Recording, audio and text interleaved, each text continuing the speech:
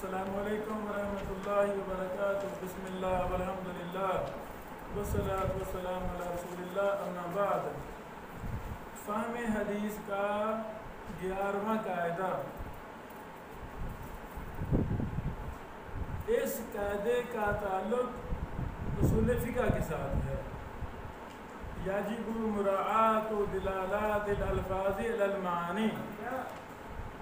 واجب ہے خیال کرنا الفاظ کی دلالات کا معنی پر. عربی بڑی وسعت والی فصیح زبان ہے. ایک ایک لفظ کی دلالتیں مختلف ہیں. اب جب ہمیں ان دلالتوں کا پتہ نہیں ہوگا تو ہم گمراہ کا شکار ہو جائیں گے. واضح؟ پھر یجب مراعات دلالات الالفاظ علی المعانی فإن اللفظ تتعدد دلالته علی المعنی. ایک لفظ کا متعدد دلالتیں ہوتی ہیں معنی پر. من حیث اعتبارات عدت، مختلف اعتبارات سے. لفظ ایک ہے لیکن اس کا معنی پر دلالتیں کئی ہیں. تو یہاں کون سی دلالت مراد ہے اس کا ہمیں پتہ ہونا چاہیے. اس کا تعلق اصول فقہ کے ساتھ ہے. میرے عزیزو، آپ کو جس فن سے بھی شوق ہے، مثلا اصول فقہ لے لیں.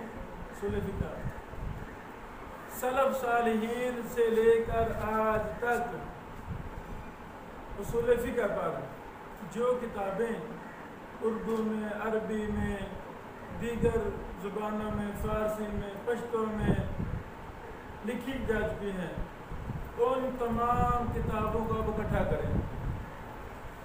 اب تو مسئلہ آسان ہے. گوگل پر شاملہ میں، وقفیہ میں، کتاب سننا اردو.com سب کتابیں موجود ہیں. اکثر موجود ہیں کتابیں. PDF ڈاؤن لوڈ کریں اور اصول فقہ کے ایک مسئلہ کو لے لیں، ایک اصول کو لے لیں. جب تک وہ 100 کتابوں سے سرچ نہ کر لیں، مطالعہ نہ کر لیں، خلاصے نہ نکال لیں، سمجھ نہ لیں، اس اصول پر آپ کتاب مرتب نہ کر لیں، اس کو چھوڑنا نہیں.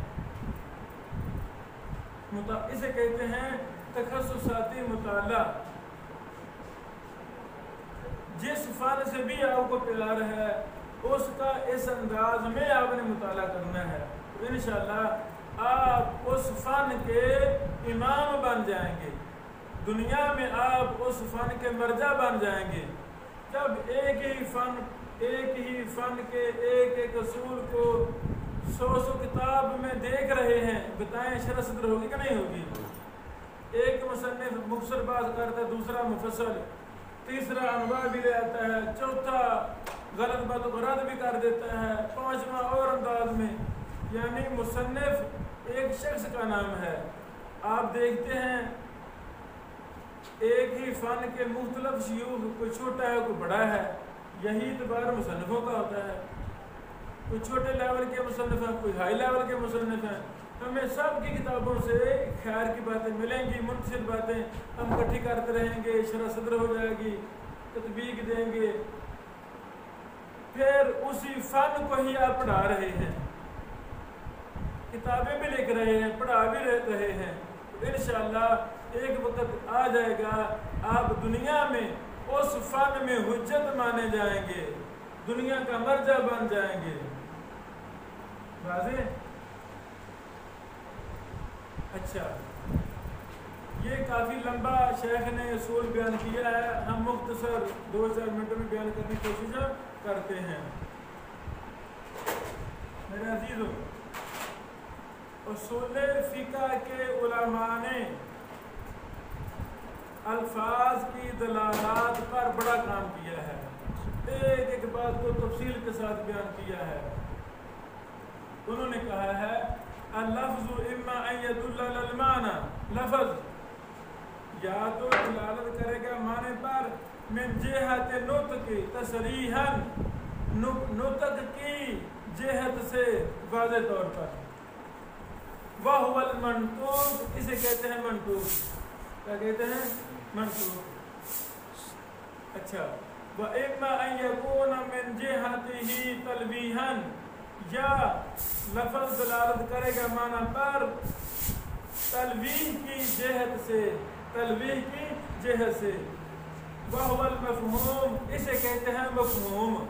منطوق اور مفہوم کا یہ فرق ہے. آگے وَالْمَنْطُوقُ يَنْقَسِمُ إِلَىٰ قِسْمَيْنِ، منطوق دو قسمیں ہیں. الاول ما لا يحتمل التأویل وهو نص، جو تعویل کا احتمال نہیں رکھتا اسے نص کہتے ہیں، نص. وثانی ما يحتملہ، جو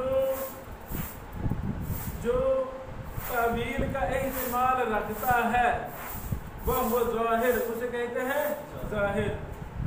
آگے نص، نص کی پھر دو قسمیں ہیں. نص کی پھر دو قسمیں، صریح ایک، دوسری التضمن، دو قسمیں ہیں. صریح سے کیا مراد ہے؟ ان دل علیہ لفظ بالمطابقہ، یہ صریح ہے. تضمن سے کیا مراد ہے؟ ان دل علیہ بالالتزام، اگر مطابقت کے ساتھ دلالت کر رہا ہے تو صریح ہے، اگر التزام کے ساتھ اس معنی پہ دلالت کر رہا ہے تو تضمن ہے یا غیر صریح ہے. آگے التزام کی دلالت کی پھر قسمیں ہیں. پہلی قسم دلالت و اقتضاء، اقتضاء. دوسری ایما، تیسری اشارہ. اقتضاء، ایما اور اشارہ، ان کا تعلق ہے منطوق کے ساتھ. مفہوم کی پھر دو قسمیں ہیں، مفہوم موافقہ، مفہوم مخالفہ. مفہوم جو نص کے موافق ہے موافقہ، مخالف ہے تو مخالفہ. ان سب چیزوں کی تفصیل کہاں ملے گی؟ اصول فقہ کی ہر کتاب میں ملے گی. ہم کتابیں لکھ لیں، مذکرہ فی اصول الفقہ، یہ علامہ محمد امین سنقیطی رحمہ اللہ کا مذکرہ ہے، مطبوع ہے، ہمارے پاس ہے، بڑا اہم ہے. یہ ازوار بیان والے صفحہ نمبر 234. اچھا، آپ نے دیکھا کہ ہر چیز کیا کہ قسمیں آ رہی ہیں، ایسا نا. منطوق کی کیا مثال ہے سنت سے؟ نبی علیہ السلام نے فرمایا لا تشربوا فی آنیۃ الذھب والفضہ.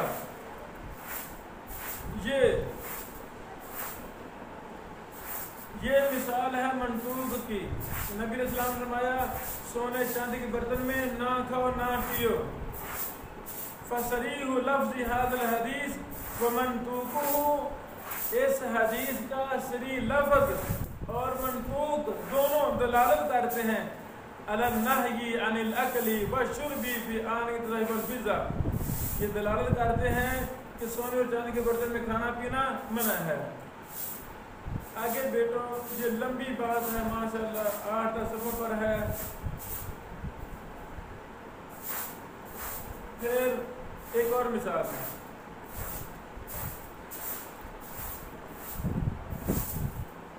اللہ کے نام ان اسماء اللہ جل وعلا تدل علی ذاتہ و صفاتہ بالمطابقہ والتضمن والالتزام. اللہ کے نام، اللہ کی صفات، اللہ کی ذات پر، اللہ کی صفات پر دلالت کرتے ہیں تینوں طرح سے، مطابقت کے ساتھ بھی، تضمن کے ساتھ بھی اور التزام کے ساتھ بھی. مثال فاسم اللہ الخالق، اللہ کا نام ہے ایک الخالق. مثلا یدل علی ذات اللہ، یہ اللہ کی ذات پر دلالت کرتا ہے. وعلی صفت الخلق، اللہ کی صفت خلق، اللہ پیدا کرنے والا ہے. بالمطابقہ، مطابقت کے ساتھ دلالت کرتا ہے. ویدل علی ذات وحدہ، اور یہ اللہ کی ذات پر بھی دلالت کرتا ہے. لفظ ایک ہے، تینوں دلالتیں اس پر اس میں پائی جاتی ہیں. اللہ اکبر. سمجھ آ گیا آپ کو؟ اچھا، اسی طرح نبی علیہ السلام کا فرمان ان اللہ حرم بیع الخمر والمیت والخنزیر والاصنام. اس حدیث میں تینوں طرح کی دلالت پائی جاتی ہے. جیسے اللہ کے ناموں میں، اللہ کی صفات میں تینوں دلالتیں ہیں، اس حدیث میں تینوں دلالتیں ہیں. توجہ کریں، ان چیزوں کی بیع حرام ہے دلالت مطابقہ کے ساتھ. میت کے بعد اجزاء کی بھی، یعنی ان چیزوں میں سے مردار کے بعد اجزاء کی بھی حرمت ہے. یہ بھی جیسے گوشت، خنزیر کا گوشت، خنزیر کا چمڑا، یہ دلالت تضمن ہے، یہ دلالت تضمن ہے. اور مردار کی چربی یہودیوں پر حرام تھی. یہ ساری چیزیں اس میں ثابت ہوتی ہیں. پھر دلالت التزام کی 3 قسمیں ہیں. دلالت التزام کی 3 قسمیں. دلالت الاقتضاء بالاضمار پہلی قسم. دوسری قسم دلالت الایماء والتنبیہ. تیسری قسم دلالت الاشارہ. دلالت الاشارہ. اب ہر قسم کی آگے مصنف نے مثالیں دی ہیں، ان مثالوں میں تطبیق دی ہے، فٹ کیا ہے یہ کیسے مثالیں ہیں. پھر دلالت مفہوم، مفہوم موافقہ، مخالفہ، ایک چیز پر یہاں بحث موجود ہے، یہ آپ نے پڑھنی ہے. اس کا تعلق ہے اصول فقہ کے ساتھ.